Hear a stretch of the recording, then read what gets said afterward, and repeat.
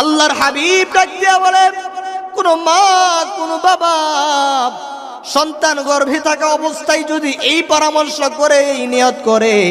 তাহলে তার জান্নাতে যাওয়ার রাস্তাটা সহজ হয়ে যায়।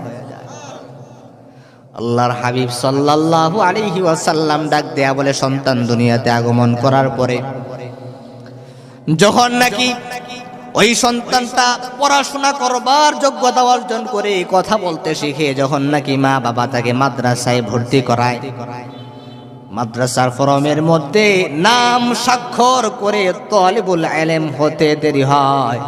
আর এমত অবস্থায় যদি তার মা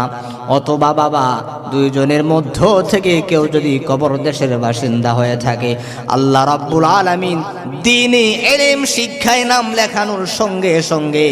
তালিবুল ইলম হওয়ার সঙ্গে সঙ্গে তার আব্বা আম্মার জীবনের গুনাহ খাতা মাফ